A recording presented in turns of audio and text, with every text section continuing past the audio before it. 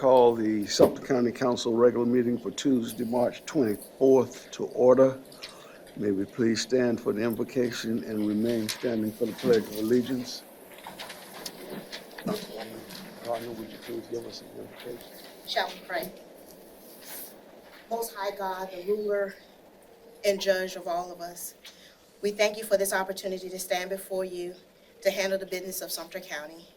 As council and everyone that's gathered here today, we thank you for safe travels, and we thank you for the opportunity to be here to take care of the business of Sumter. We thank you, Lord God, for our servicemen abroad and domestic as they serve our country.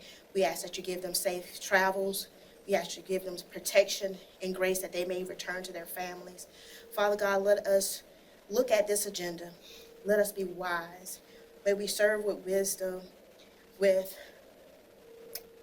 a kind heart, that we do what is right for the people of Sumter, for generations to come, and not just for this moment. We ask for your grace and your understanding, that we look and judge equally and fairly. Father God, we ask a special prayer for our councilwoman that is not here with us tonight as she's in bereavement for her family member. Lord God, we ask that you be with them, cover them, Lord God, let them know that you're still there. We thank you for all that you have done for Sumter County. We thank you for what you continue to do for Sumter County. Lord God, we thank you for just who you are. It is in your name we pray. Amen. Amen. To the flag of the United States of America and to the republic for which it stands, one nation, under God, indivisible, with liberty and justice for all. Before we approve the agenda, I'd like to make an announcement that we do have an update on the outcome of the Public Service Commission and concerning the solar farm. So if anybody wants to hear an update on where we stand with that, please remain with us after the meeting. Mr. Chairman, I'd also like to be recognized during meetings because I want to recognize the group that's here from my district and make a few comments in addition to Councilman Baker during the meetings. Okay. Are there any changes to the agenda? No, sir, Mr. Chairman. I have a motion to approve the agenda. Second. It's been moved and properly seconded that we approve tonight's agenda. Any discussion? Hearing none, all in favor, please say aye. Aye. All opposed? The agenda is approved. We have a motion to approve our minutes from our meeting held on March 10th. Move for approval. It's been moved and properly seconded that we approve our minutes from our meeting on March the 10th. Any discussion? Hearing none, all in favor, please say aye. Aye. All opposed? Minutes are approved.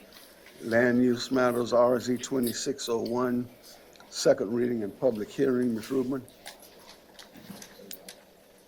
We have been IT'd, so give us just 1 second. We've got to reboot the laptop.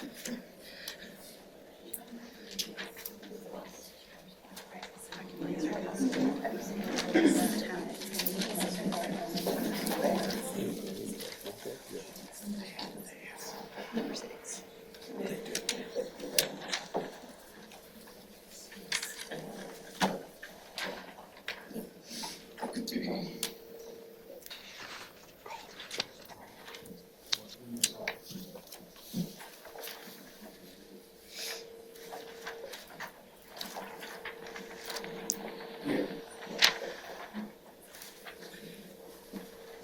Forgive me while I take my glasses off to read.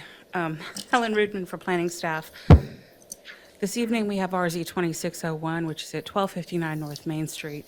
The applicant's Mr. Miles Franzen, who's the authorized agent for the property owner. This is a request to rezone approximately 8.8 acres from general residential to general commercial. The property's at 1259 North Main Street. It's just south of the old Eastern Star Nursing Home and the Sumter County Public Works and Sheriff's Department property. It is the home of a non-conforming mobile home park, formerly known as Lee's Mobile Home Park. The property is zoned general residential. The reason that this property is non-conforming is not because of the zoning designation, But because the manufactured home park does not meet current development standards in terms of road pavement and other things, it predates our current ordinance, but the use itself is actually allowed. The reason that they're asking for this rezoning from GR to GC is because it's under new ownership, and they would actually like to convert some of the space on the property into RV parking spaces to allow individuals in the community who are here working on construction projects, who are geographic bachelors with the military, to use their RVs or their campers as a place to stay while they're here during the week. We have very few places in the community where they can do this, but manufactured home parks are one of them, as long as that park is either zoned general commercial.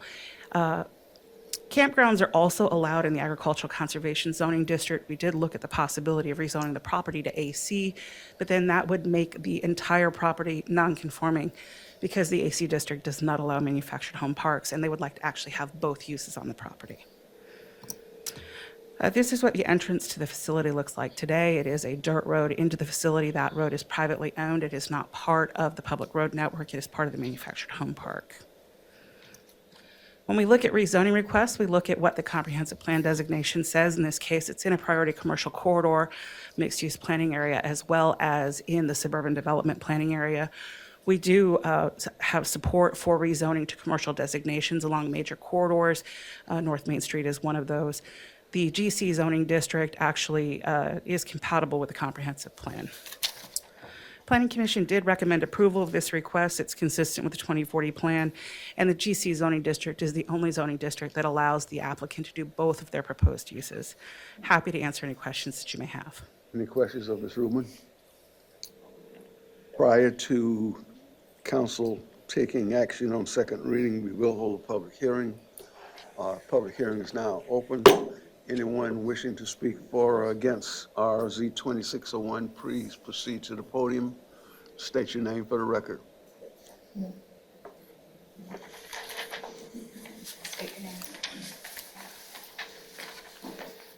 My name is Deborah Nesbitt, and I live right on Jerry Street, right where Lee's Trailer Park is.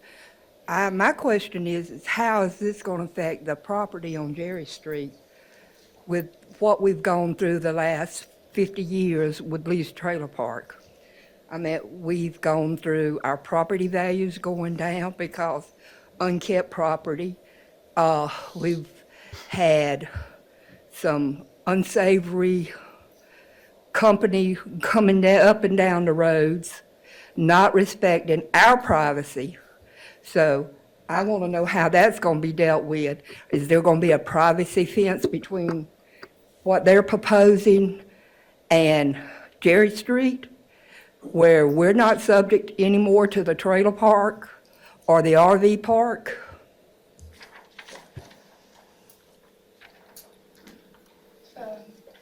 The mobile home park's already in place. We can review the impacts of converting some of those spaces to RV spots. But by and large, it's a grandfathered non-conforming site. I don't actually have anything in my code that triggers a buffering requirement unless the business completely closes and is gone for a certain period of time. The rezoning to GC won't, No, sir, it's already got an active business license and it's allowed in both districts. The mobile home park is. still won't have to have any buffer. No, sir, it's a grandfathered non-conforming site not subject to discontinuance. So in other words, we're still subject to the people in this park coming through on Jerry Street, racing, playing loud music, cussing, and carrying on. And there's nothing that's going to be done because we've even talked with the previous owners about this. And it's not fair to the residents on Jerry Street to keep putting up with this. Thank you. Just a comment though, if we do not rezone to GC and it remains GR, nothing's gonna change. Well, since your comment, I was waiting until public comment was finished, but since your comment, Mr. Edens, my comment is if I'm the new owner, I'm not going to attract military to come to this place without cleaning this place up. So I would assume they got some plan to clean it up a little bit to attract higher quality customers. My understanding is that since it has taken over new ownership, and it's just been earlier this year, they've actually removed some of the tenants from the property. I was expecting to see the applicant here this evening. I do not.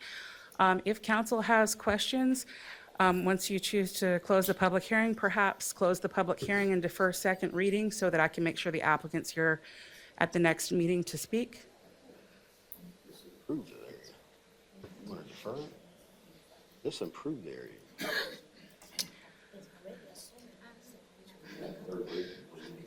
Yeah, I'd wait the third reading. I wouldn't defer Mr. it. Chairman, while they're having internal conversation, the other thing that we can do is ask the sheriff to put additional patrols out there and identify the troublemakers and remove them. Absolutely. That's the other thing that we could do. All right, go ahead and finish the public hearing, Mr. Chairman. I will step aside in case there's anybody else that would like to speak. Okay. Anyone else?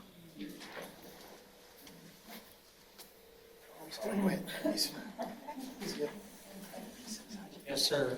Jerry Street is actually our property since 1887, so I don't think they can actually take over that part.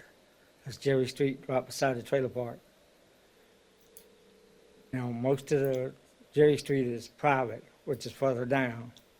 Up here, we let everybody go through. Like I say, it's on our land. That's all. Okay, thank you, sir. State your name for the record, sir. Yeah, Mr. Nesbitt.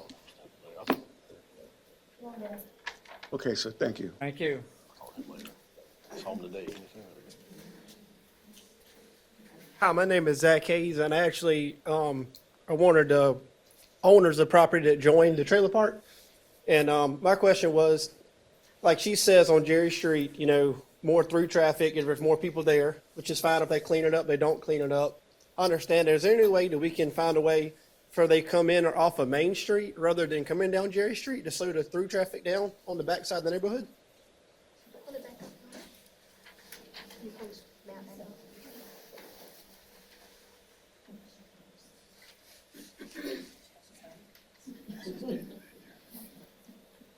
Go to the yellow one.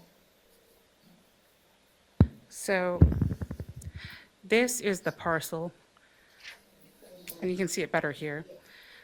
Jerry Street comes up this way. This is the road right-of-way. The actual manufactured home park has its main entrance right on North Main Street, which goes down the center of the property.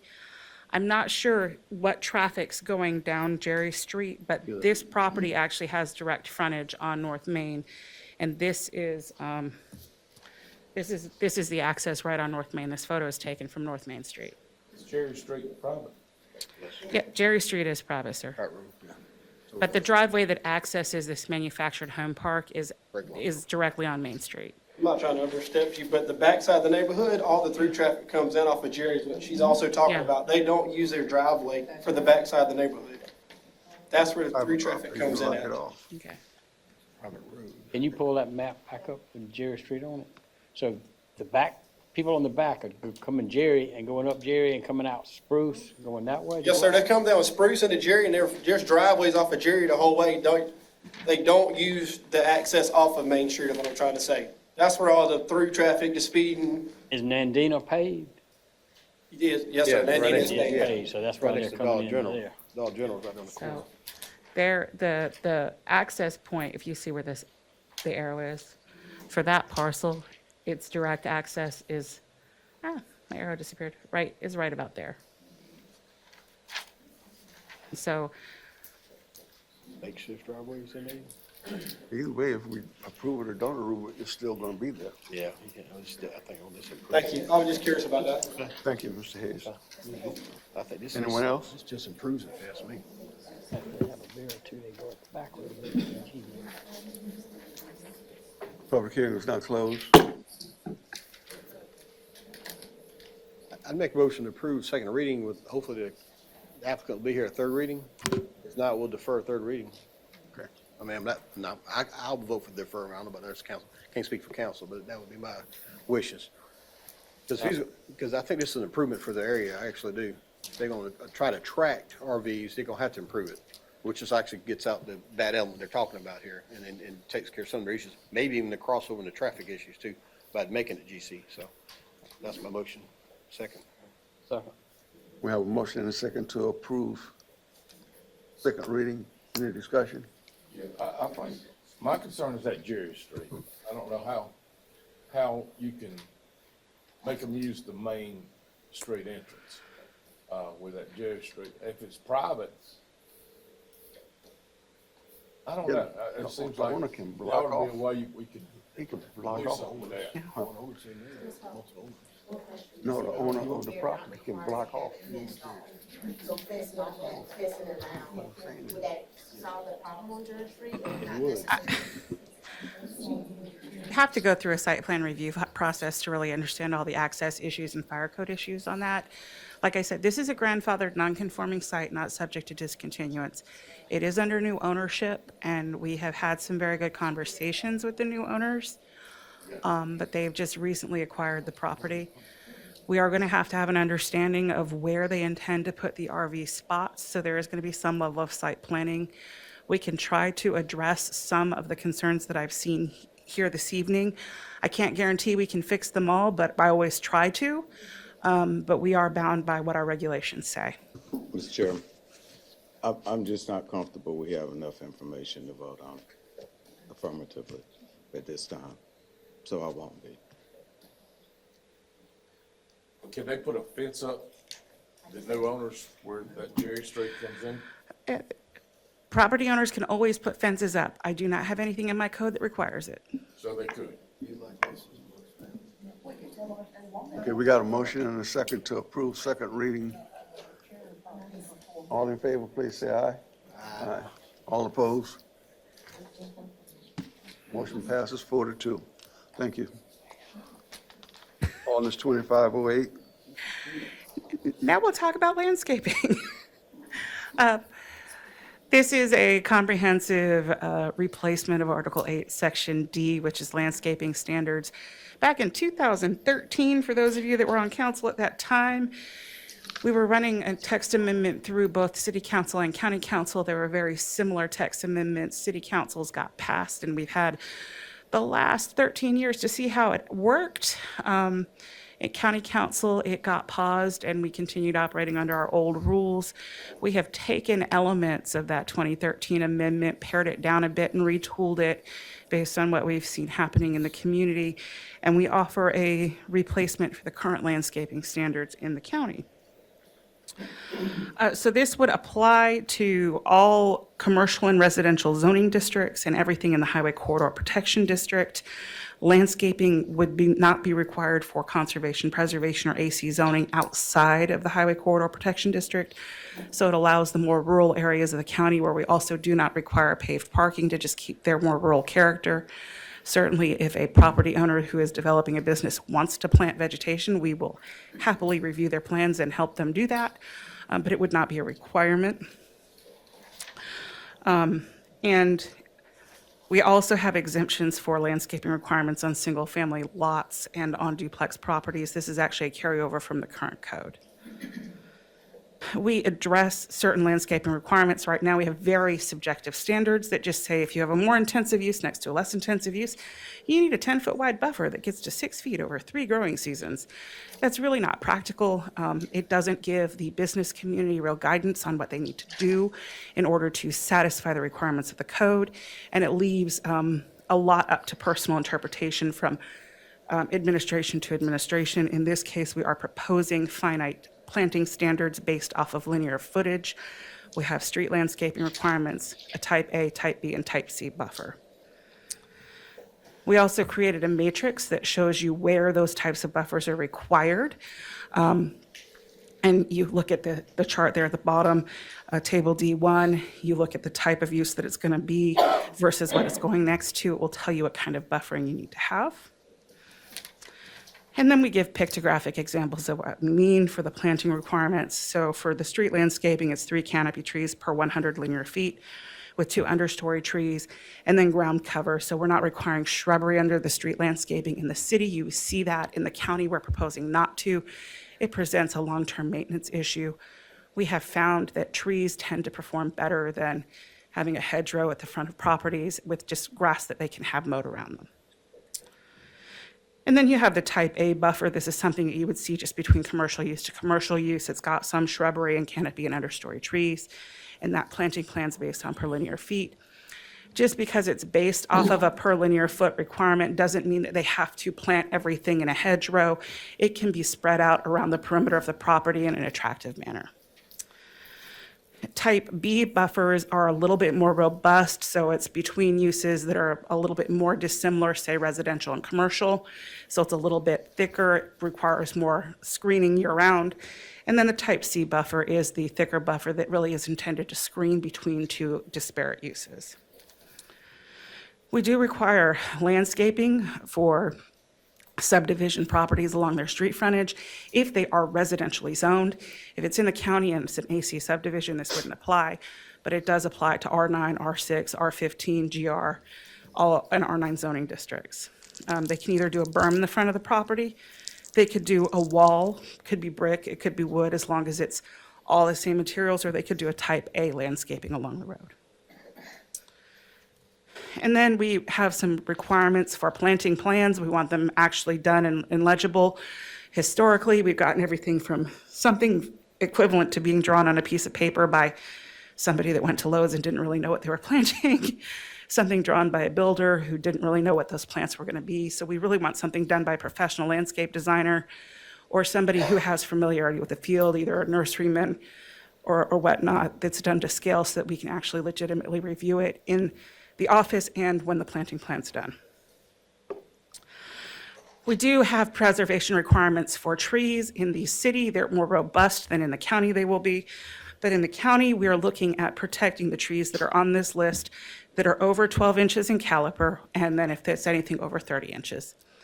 We would encourage anybody who's developing a property that's already wooded to leave as much perimeter buffering as they can, because you're never going to get as much value out of a brand new tree as you do out of something that's established and healthy. So we do have that ability to give them credit. We will require tree removal permits. You're not supposed to go clear cut a property, especially if it's commercially zoned, but we clearly spell it out right now.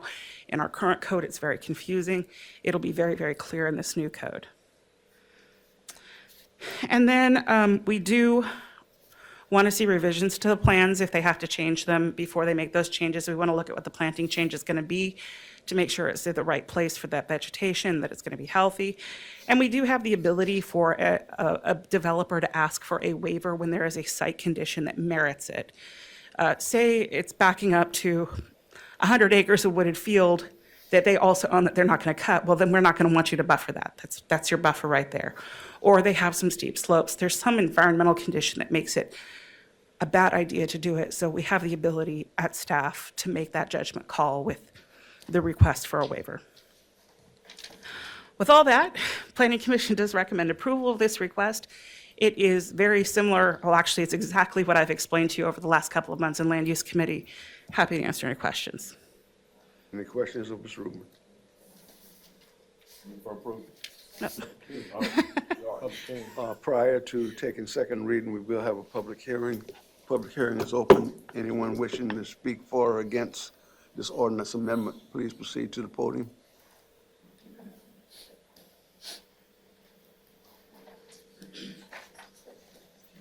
Good evening. I'm Tracy Rogers, as you all know. So I just have a couple of questions because for certain things that you mentioned kind of piqued our interest on this side over here. Regarding the buffering plans for agricultural conservation areas for any kind of industrial or housing, because that could be potentially be our future. Can you explain that a little bit further? Because I haven't had a chance to read this, and I don't want to see this approved if I have an objection to it as far as what I'm hearing you say. So right now in the county, we don't really have landscaping requirements for subdivisions at all in any district, including AC. So there's really no buffering requirement today in the AC zoning district. If it is a special exception use, i.e. the solar field, the landscaping requirements in that special exception supersede this section of the ordinance. Okay. It fundamentally is no different from how we treat an agricultural subdivision today. Right. So there's no buffering requirement in today's code. I would think that might be something y'all want to look at. I mean, I think what she's asking, if there was heavy industrial or button ag, there would be buffering, right? That's already in that order. If the property is zoned heavy industrial, the landscaping requirements apply to it. If the property is zoned agricultural, the way this code is written, outside of the highway corridor, as I was directed to write it, there's no landscaping requirement in the AC. But for residential subdivisions, unless it's a use that is a special exception that already requires buffering as part of that review criteria. Yeah, so if somebody comes in and rezones something heavy industrial, then they're gonna have to put adjacent to ag. They would be they're gonna required to have a buffer. Yeah. Yes. But a residential subdivision would not be required to have a buffer. That would be my concern. That's the key. A residential subdivision in AC does not have to have a buffer. So if someone comes into my area, our area, and wants to put in 2,000 houses, we don't get a buffer? That would be my question, and that would be something that I ask you all to further consider before you sign off on this. It's a genuine concern for those of us that live in the rural areas. So I'm just bringing it to your attention before you just sign off on it. Because after what we've been through this past 11 months, We can defer it and take it back to I would committee. respectfully Just request to- that you all review that before you sign off on it.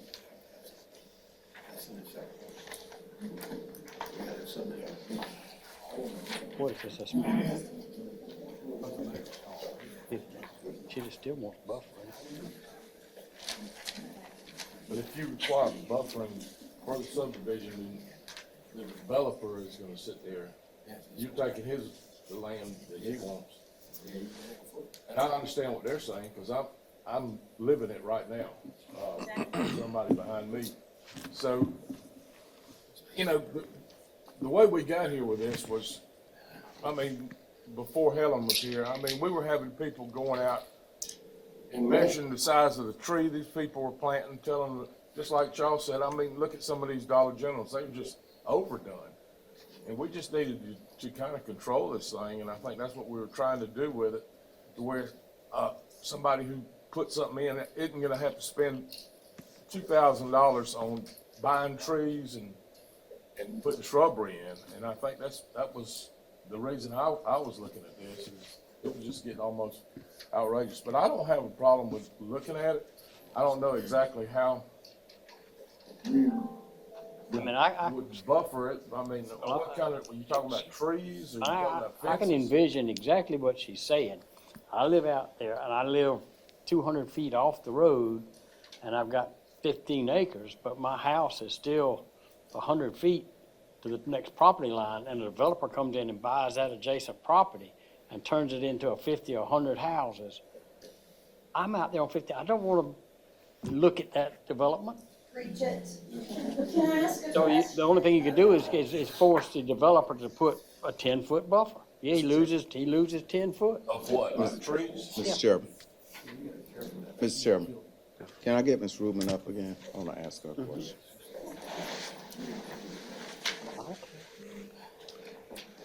Thank you, Ms. Rudin. What was the Planning Commission's thoughts when they approved this?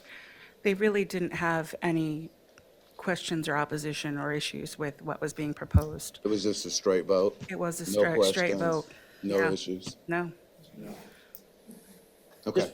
I've been with them along the whole time. I've been pushing the whole time. We need to address this. So and for the most part, it is less restrictive for commercial and retail type business, but we did not consider this. Well, if you're large subdivision, it's always considered for the site plan. But I think the only buffer we have is we want something out So, front. I don't think we make them do anything on the sides. I will tell you in the city code, when it is a subdivision abutting what's considered agricultural or vacant land, there is not a buffering requirement in the city. There is a street landscaping requirement. However, in the city, residential subdivisions are required to have a tree in every yard, and the yards are required to be grassed, so they eventually get planted. You're dealing with a different size and scale in an agricultural zoning district. Again, not fundamentally different from the current code, so if this is not adopted, we still don't have any buffering or landscaping requirements for an agricultural subdivision, or actually any residential subdivision in the county code. That being said, I'm happy to go back and take a look at it. There's a lot of geometry that goes into thinking about buffering from one use to another. Well, I think we ought to do it in committee rather than here, you know. So, Yeah, Mr. Chairman.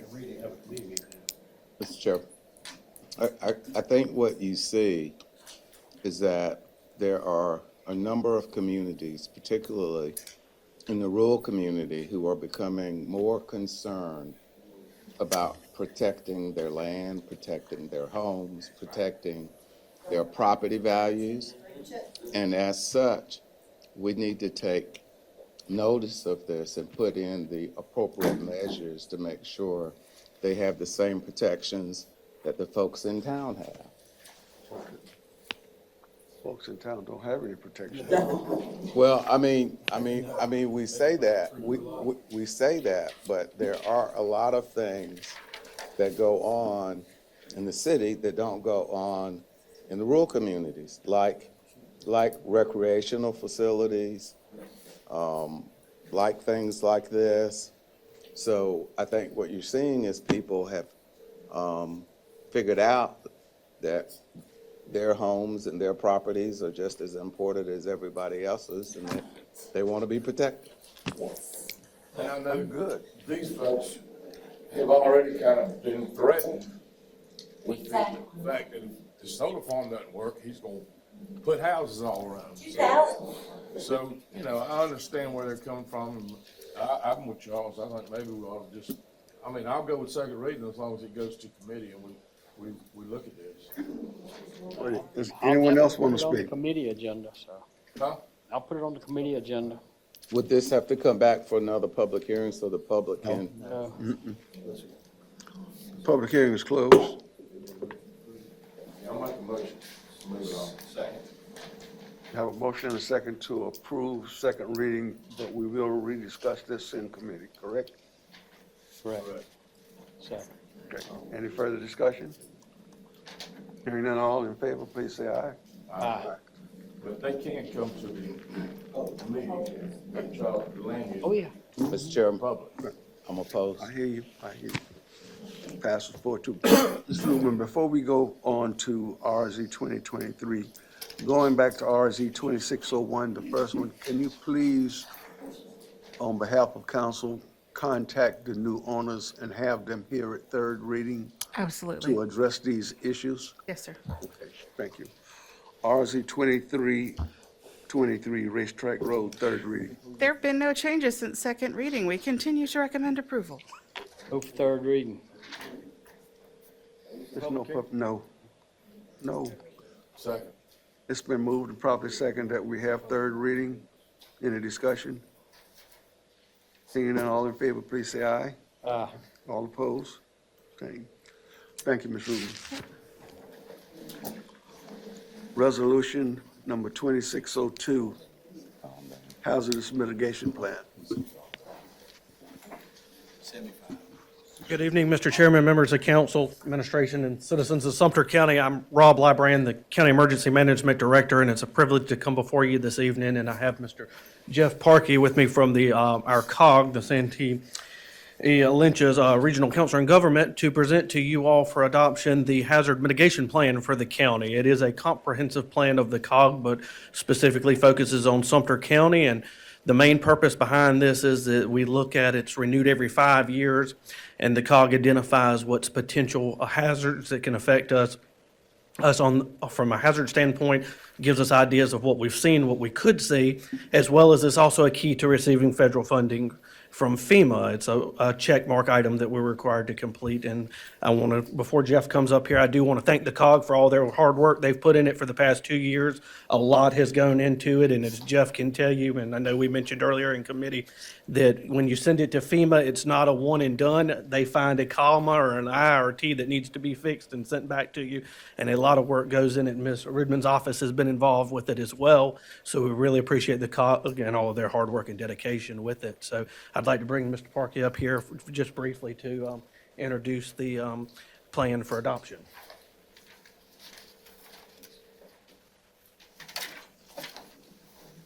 Thank you, Rob. Thank you, Mr. Chair and Council. Appreciate opportunity to be with you all tonight on this item and your attention to it. Yeah, as Rob mentioned, the COG has been involved with updating our region's hazard mitigation plan for about 2 years now. We work on this every 5 years. In partnership with South Carolina Emergency Management Division and with FEMA, and with Rob and other county emergency managers, and also Helen involved as well, so we appreciate their participation. The plan, though, is basically for preparedness and mitigation purposes in the event of natural disasters, natural hazards that we typically see in our region. So things such as flooding and drought, tornado, hurricane, wildfire. We go through about a dozen different types of natural hazards that commonly occur in our region. The plan documents past occurrences of these. It identifies potential for future occurrences of these. But then the main thing that it does is for every jurisdiction, we identify and document some steps that can be taken, as we say, to be prepared and to mitigate the effects of these hazards when and if they occur, if and when they occur. So this would be things such as backup power at county facilities, audits of shelters, making sure communications operations is shipshape, emergency response plans, evacuation plans, things of this nature. And so these are exactly the type of things that are documented for Sumter County as well as for the other jurisdictions in the region too. Like Rob said, we do this every 5 years, and a major reason why is to keep our jurisdictions eligible for FEMA funding should the event arise. So things like for flood relief, disaster relief, wildfire warning sirens, other types of mitigation and preparedness grants and opportunities that our jurisdictions may need to avail themselves of in the case of a natural disaster. So we're at the point where FEMA has basically given us final approval. Our document is with them now. We've provided a copy. I have another one here, shared one with the clerk. We're just at the point where we're visiting all the counties and cities and towns in the region and encouraging approval of this plan so that everybody can remain eligible for disaster relief funding should it be needed, and to just make sure that we have identified steps and measures from a preparedness standpoint. So appreciate y'all's time. I'm happy to answer any questions if you have anything. Any questions? Thank you, sir. Thank you. Move for approval. Second. It's been moved and properly seconded that we approve Resolution RR 2602, the Hazardous Mitigation Plan. Any discussion? Hearing none, all in favor, please say aye. Aye. Aye. All opposed? Next item on the agenda is ordinance number 261040, Bethel Fire Station. Third reading and public hearing.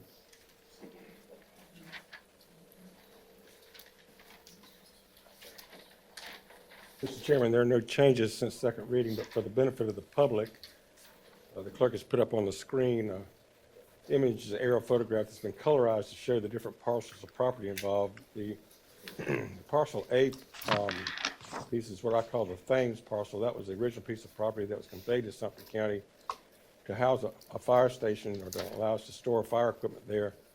And it was done with a reversionary clause that says when the county quit using it for fighting storage purposes for a year, then it would revert back to Mr. and Ms. Thames. And then the B and C tracts are the Heiner tracts, and those were acquired when the fire station was enlarged. Part of the structure now is on the B tract, and part of the septic tank field is on the C tract, so there was an easement there. And again, those were conveyed to Sumter County on the condition that that was used for storing firefighting equipment. But if the storage discontinued for more than a year, then the property would revert back to Mr. and Ms. Heiner.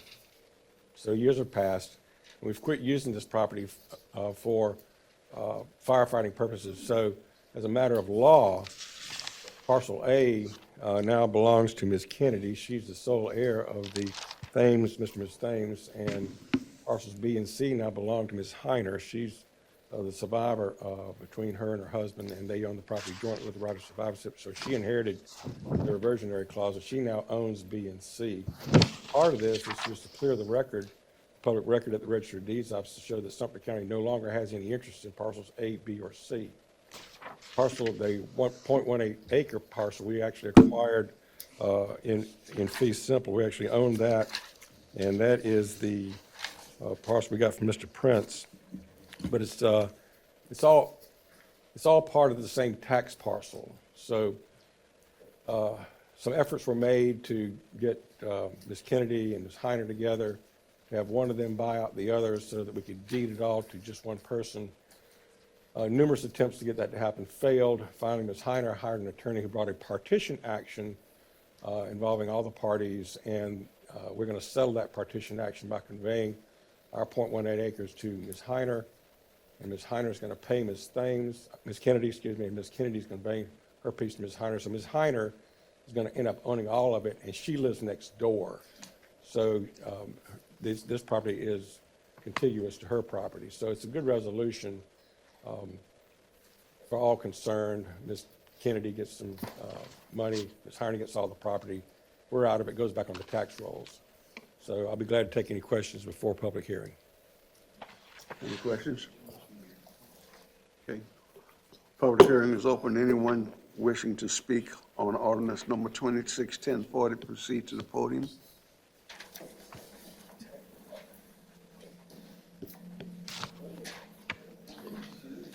Being none, public hearing is closed. Third reading. Second. It's been moved and properly seconded. We have third reading on ordinance 261040. Any discussion? Hearing none, all in favor, please say aye.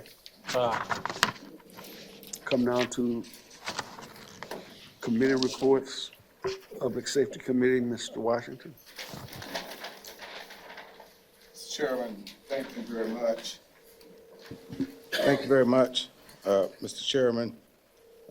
We've been briefed earlier on the mitigation issue, which we received information in executive session on, and subsequently to the public. And then there was also a legal matter that we've been briefed on. There were no votes taken in executive session, and that concludes the report, Mr. Chairman. Thank you, Mr. Washington. Come now to reports from council members, and Mr. Washington, you wanted to, I wanted to be recognized. you're recognized. Thank you, Mr. Chairman.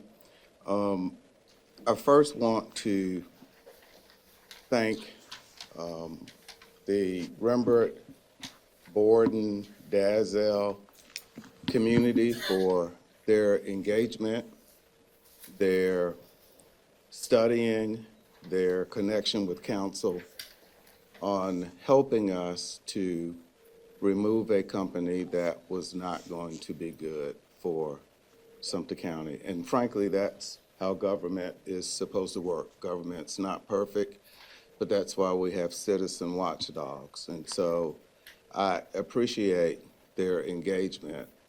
And I do have some recommendations after I make my comments on how we improve that process, but I want to thank them for their part, which I think was very critical in the outcome that we have been informed of. I also want to thank our attorney, Jonathan Bryant, who is sitting to my right. He did an excellent job of becoming an expert in this area. That is not his area, but he is now an expert.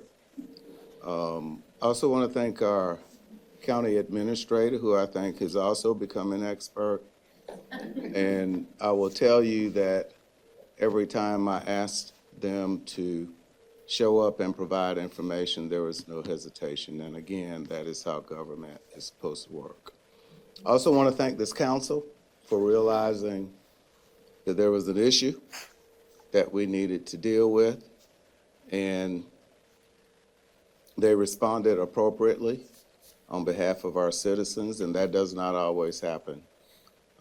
Doesn't happen in a lot of areas, and you've been reading articles about data centers and solar farms in Colleton and Spartanburg and Marlboro and all over this state, and frankly, all over this country.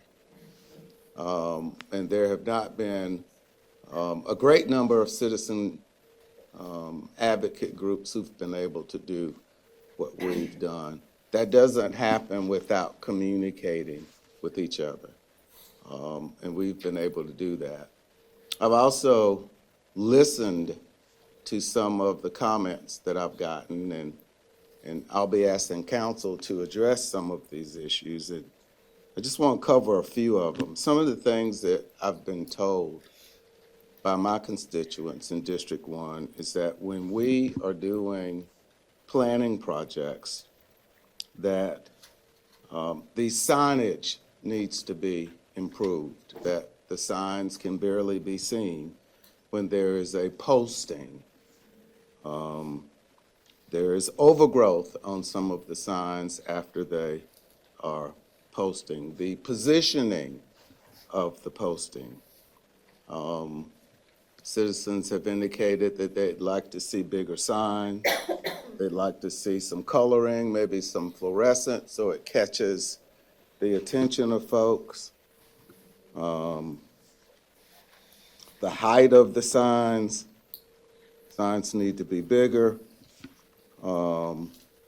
Sometimes maybe even a centralized billboard, and they'd also like to see it reflected on the website as well. All of those are reasonable requests.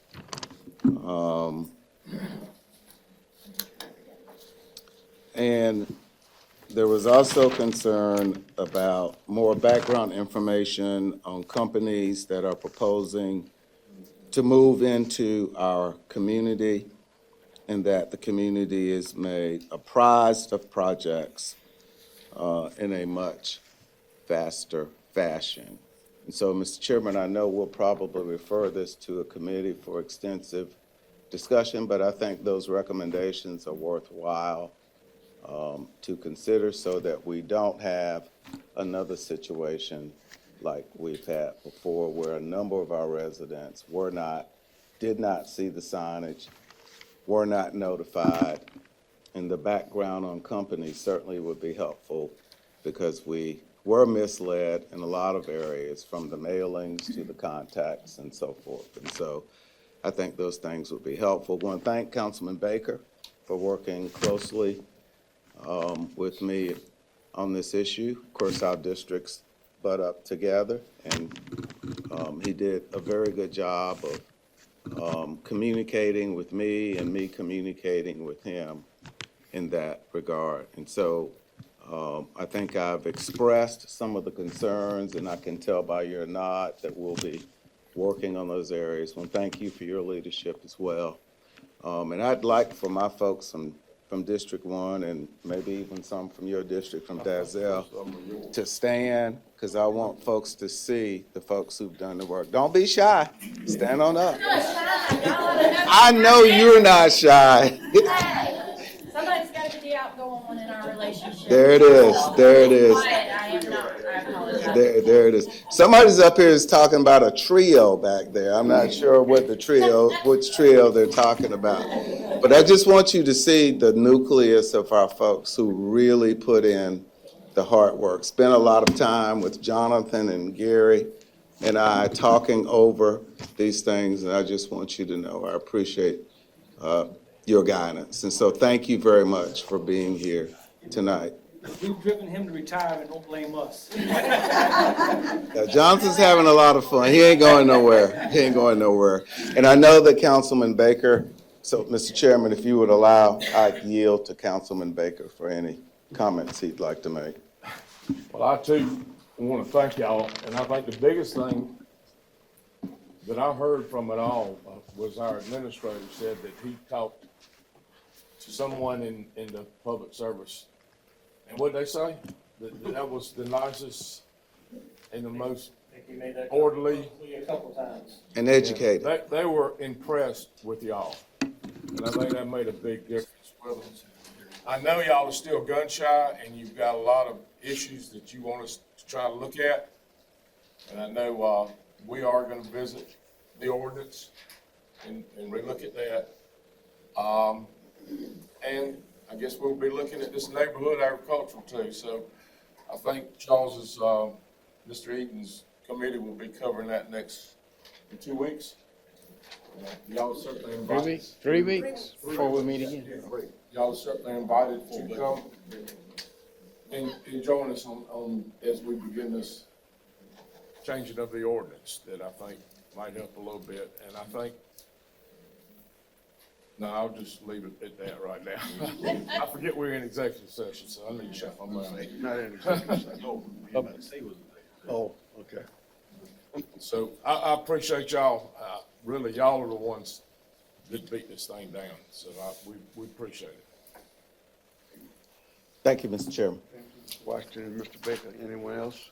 I'll just mention that several of us were out at Patriot Park Saturday, and I'm just gonna leave it to our administrator. I'm sure he's gonna have a little comment about that. It was very nice, so. Okay. Come down to the administrative report. Mr. Chair, council members, good afternoon. Yes, a couple items to report on. First, if I could follow up on what Councilman Washington mentioned and Councilman Baker and a number of others, and a credit to these folks here. Thank you all so much. Yes, it was a learning opportunity for a lot of us, and yeah, we probably know a little bit more about solar farms now than we ever thought we would, but that's okay. The only thing I'd like to add to, and I really am proud of this, is, and it really does show it was democracy at work. It was the voice of the people, and then your representatives representing that voice. As y'all know, we were fighting on a couple fronts, one from a legal side, and we thought we were working that really hard, but really, your voice, and we made that comment, I think, a few weeks ago, that your voice was going to be very important in this, and I think that really did prove out. But that's, again, a credit to you, your hard work, and it goes to show that, the process worked. There was some stop gaps put in place so that the public could engage on issues like that, and it was intentional, and it worked. I mean, so as hard as it was and as challenging as it was, I think the process, the way it was designed, worked, and thank y'all again for your testament. So, that being said, I'd also like to follow up on Councilman Eden's. Yes, this past weekend, we did what we called the litter kickoff, or the litter sweep kickoff, out at Patriot Park. Couple thousand people there. We had representations from Palmetto Pride. Ms. Sarah Laus came over. We had representatives from the General Assembly, Representative Fawn Patalino, as well as a representative from the Speaker's office was here. And then, of course, we had representatives from the city and, of course, our chairman, and a number of our council members. Thank y'all for being there. It was fun. It was engaging. It was truly more about getting the word out about how important it is to try to keep our community clean. And that we've said this a number of times, there's really three legs to the cleaning effort. And Saturday's effort was the education part. We've got to inform the community, and specifically this addressed the youth. We were trying to make sure that we get the message out to the young folks. And of course, I would be remiss if I didn't thank Miss Erica Williams for being our MC and the way she motivated those young kids. I know the state director said that when the kids started hollering, what was it, stash the trash loudly, the message is getting out there. So that's one component. We've got the cleanup effort, which I want to mention this Friday morning. There will be the employees, the county employees, along with some volunteers, will be picking up trash out next to Pilgrim's Pride, all the way back to M's Kimmy. And for those of you who go back that area, you know it's needed. So we're going to do that as a community. But that's the second leg, is that getting groups out and getting the community out, doing the private contract work that the county pays for to get the pickups is working. We're hearing a lot of positive results. Still got a lot of work, but we're seeing a lot of progress with cleaning up our community. And of course, the third and equally important, something that we've made great strides in as well, is the law enforcement side, the enforcement and penalties for those that do get caught littering. We've got to make sure that's the third leg and that we're solid with that too, because that's where we're going to see a lot of improvement. So anyway, as you know, this is going to be a major topic. We've been talking about it for weeks, if not months. It'll continue to the end of the month. Our books that we prepared for the school, we've got the first 1,000 of those books printed. I think it's 4,000 books printed that we're going to get into the school system so that kids will start getting these nice litter books specific to the Sumter community. So a lot of work in those efforts. I believe there was one other item. Yes, just want to remind council, so in the budget process, we're about to really start getting heavily engaged in that. The information has now been received through all our departments. I will start, my staff, myself, Lorraine, will be working through our department heads, addressing their issues and concerns so that we can then pass that on to council. So as you make the hard decisions through this budget process, I want to put a star by the dates of the 4th and the 5th. For these other agencies, we've sent out notifications. All of them are returning. We're starting to schedule those now. But it looks like it's going to be at least from 3 o'clock, probably to about 6:30, maybe 7 o'clock. So a very aggressive schedule. But I think, as Councilman Washington pointed out, it's probably been long due. It's an opportunity for us to learn from these other agencies that we've been funding on what they've been doing. And hopefully we'll get some good information to share with everybody. So anyway, that's all I have, sir. A lot going on, but again, thank y'all for y'all's continued support. Thank you, Mr. Mixon. Sir. Come down to the public comment portion of our agenda. Those wishing to address council have up to 3 minutes to address. Anyone wishing to address council, please proceed to the podium. State your name for the record. Good evening, council. My name is Daniel Cook, Mr. Chairman, rest of the council. We want to thank y'all as well. I know we've probably been aggravating for the past 11 months. When I first found out about this solar farm, I was angry. I know me and Artie Baker, he taught me PE, and I probably raised my voice, and I apologize, but we felt threatened. We felt threatened, and where we live in the rural area, you know, we never thought it would happen to us. And we take some fault in that. We've all discussed. We fell asleep because nothing ever happens in Rembert. So, but I think, you know, and we've discussed this, I would never do anything or fight anything that would help this county. And I know the $750,000 that was getting thrown around, I'm not saying we couldn't use it, but I think as we dug and we dug and we dug, I think we all figured out some stuff that this would have been bad long-term for our county with this particular project. And even at the meeting Wednesday, we had a gentleman that spoke, and, you know, he said, I come here to give all y'all anti-solar people pretty much a piece of my mind. He didn't say it that way, but he's like, y'all have amazed me. This isn't anti-solar. This is anti where this project is. So none of us are anti-solar. It's just, I don't think a project this size in that area would fit. And, you know, we live in the country for a reason. And just want to thank y'all again for taking this on. We've in contact with people from other counties. Their county council won't listen to them. They've had many people show up at public hearings, and they feel helpless, but Sumter County did stand behind us. I'm sure it wasn't I don't want to say it wasn't cheap, but I'm sure it wasn't. But thank y'all for fighting that. And again, Mr. Bryan, if we, we'll throw your retirement party, because I feel like we're probably going to want you to go to retirement. But everybody's been great to talk to. Y'all been responsive, and I just want to thank y'all again. And again, if I was not easy to get along with back in April or May, it was unintentional. It was a feeling of threat, feeling of doom. And yeah, to your case about the whole shrubbery thing, we have been threatened with homes. We'll take them as they come. I mean, if that comes, that'll be our next. That's our next battle. It's our next battle. So I think we've proven this group. I think we can take on about anything we need to take on as a community. And has brought us together closer as a community from Rembert. So just want to say thank y'all again, and that's it. Thank you, Mr. Cook.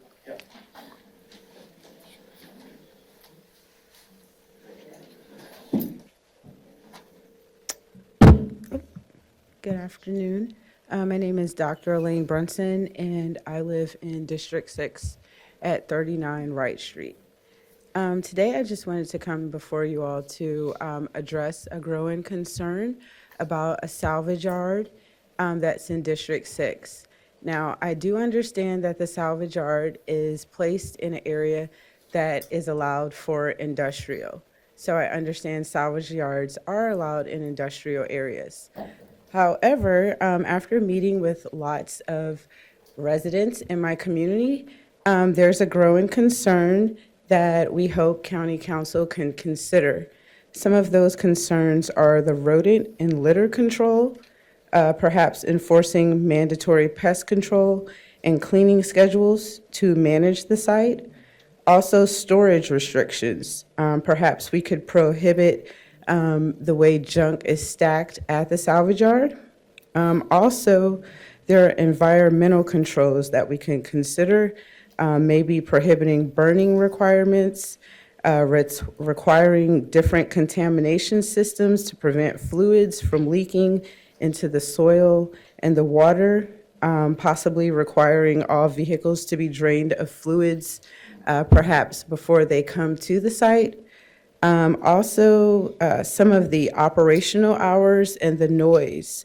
Maybe we could limit operational hours to avoid noise compliance early in the morning or late at night. And even though the salvage yard hasn't been able to pack the room because it's a growing concern right now, it's still been a concern for the past decade or so. Residents in District 6 have been complaining about the litter and the rodents before the salvage yard even came. And so I just hope that in the future or now, while we allow businesses to expand their operations, even though it may be zoned correctly, we could consider some of the concerns that the residents in the area may be having. I thank you for your time, for listening to my concerns. Thank you, Dr. Brunson.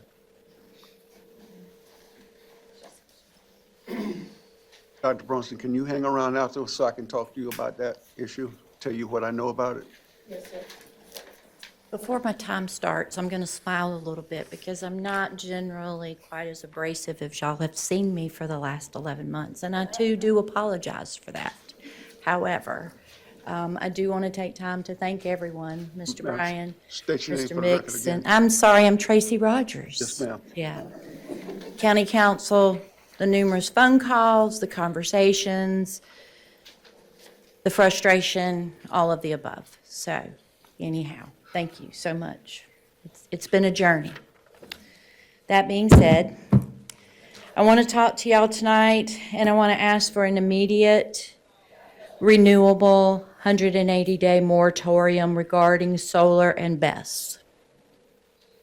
This will allow planning and council time to thoroughly review the current ordinance as well as to further research the needed changes to better protect our agricultural conservation districts as well as the safety of the residents who will be impacted by solar and BESS projects. We don't want to call them farms anymore, y'all. Right. I do understand, and I do need to learn a little bit more about the 2040 comprehensive plan. I believe that there may be some changes that would have to occur with that regarding some of the solar issues. I've spoken to members of county council on multiple occasions over the past 11 months regarding the needed changes to the current ordinance that was rewritten in October of '24. I was told by county council that members of the community would be allowed to offer input for changes. While this is only a brief list, here's what I've learned. Community meetings are needed prior to, not after leases are signed. More strict guidelines are needed. Setbacks in a residential area, 200 feet is too close. I'm not going to propose what my mind would be sufficient for me to have to live by something like this, but it's a lot more than 200 feet. The size of these projects needs to be limited. 1,700 acres, 1,000 acres, 350 to 450,000 solar panels were coming to our neighborhood. That is entirely too large. There should be some sort of size regulation going forward, regardless of where they are, whether it's flat land or in the wetlands. I know I'm almost out of time. The 10% plan is not enough. I have listened to countless Public Service Commission hearings. There are other counties and other locations that require 30 to 50% plan. And I appreciate you letting me finish. Baselines need to be established prior to these applications being submitted for water, soil, and other environmental issues, so that we have a starting point to know what's going to happen. We don't have enough history to know what's going to happen with these kind of projects 30 years from now. But somebody behind me might need to know what's happened to where they live.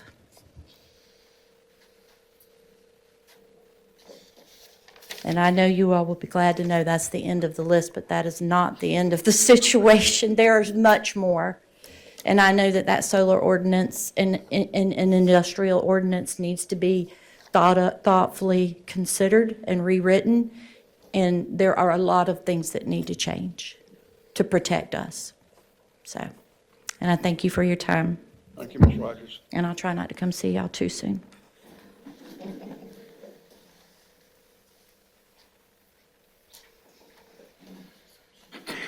Hi, I'm Sharon Sisson. Please don't start my time yet. Give me just 1 minute. I wanna tell you to hop on everybody else's back. Y'all have done it. I want to do it for 1 minute too. Y'all know I like to talk. We have, Tracy particularly, started a lot of Facebook projects to make there be a lot of awareness for this solar project that was going on. And it has created people coming not only from Sumter County, but from all over the state, and then surrounding areas in the southeast and even in the northeast. Now that they've heard what's happened, we are hearing over and over and over again, and they can vouch for this. I can't believe y'all's county council listened to you. They actually listened to you. They're doing something. So y'all, I have to say, I'm very thankful for you. I might give you a hard time sometime, Mr. Baker. You get it from me all the time. Bless your little heart. I'm so glad you're a calm person. But y'all really do listen, and you really did make a change. And I just want to tell you, we recognize that, and we thank you, because now we know that it does not happen everywhere. And so we really value y'all. And if any of you ever get replaced, I'll have a little chat with your replacement and tell them that they got to live up to that now. So now if I could start my 3 minutes. Thank you. My thing is ag land. Theirs is solar. Well, mine's solar too, but mine's ag land. Rural citizens have nurtured farmland and undeveloped land for many, many, many years. And because of this, it is now a desired commodity to solar and data companies, as well as developers providing for urban sprawl. The only reason the rural citizens were able to fight against the solar project was because it required a zoning exemption. As the zoning requirements are now written, agriculture farmland can be used to develop residential neighborhoods by taking advantage of a one home per acre loophole. Because of this, no permission is needed to destroy our limited agriculture land, and the neighbors who desire to protect the natural character and their scenic rural community have no voice. I would like to ask you to please consider changing the required acreage for a home on ag land from 1 acre to at least 3 acres. I'm not asking this to discourage any development or to take away the rights of landowners to sell to whoever they want to. I'm only asking for the ordinance to require the land to be rezoned if it is not to be used for agricultural preservation. By requiring the rezoning, it forces the consideration of this council, and most importantly, it allows for the opportunity for citizens to voice any concerns they may have regarding their community that they have built and created. Thank you. I'll expect that to be done by the next meeting. Thanks.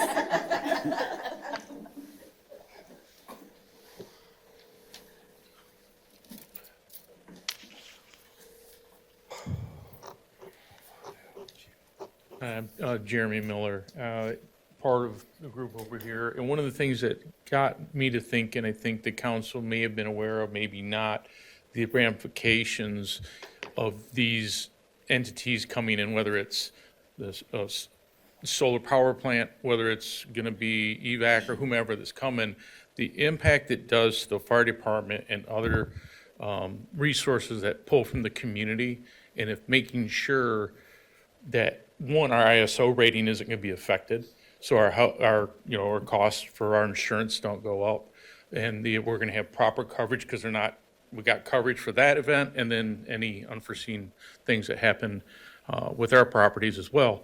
And also, maybe with the larger projects, we can find a nice way to balance them paying some of that, adding the manpower that we're going to need or the resources of adding a new substation or something like that. If they want into the county, we'd like to have the jobs, but I don't want my taxes going up and then they have less service for that privilege of having more jobs come to town. So I would ask the council, when you guys look at these projects you presented with and you're trying to help our county grow and get jobs and make our lives better in general, that you consider and weigh the resources and how that's applied and how that affects our pocketbooks. I do appreciate you guys doing what you did and the support you gave us through this project. It's taking on the bigger company, so to speak, but I think there again, that was one of those ones that didn't affect our ISO, but still it would have to be public services diverted to take care of that if something were to happen. So, thank you. Thank you, Mr. Miller.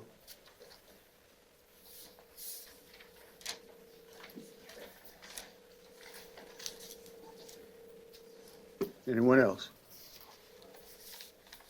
Public hearing is closed. Move for adjournment. Moved and properly seconded that we adjourn. Any discussion? All in favor, please say aye. Aye. Oh.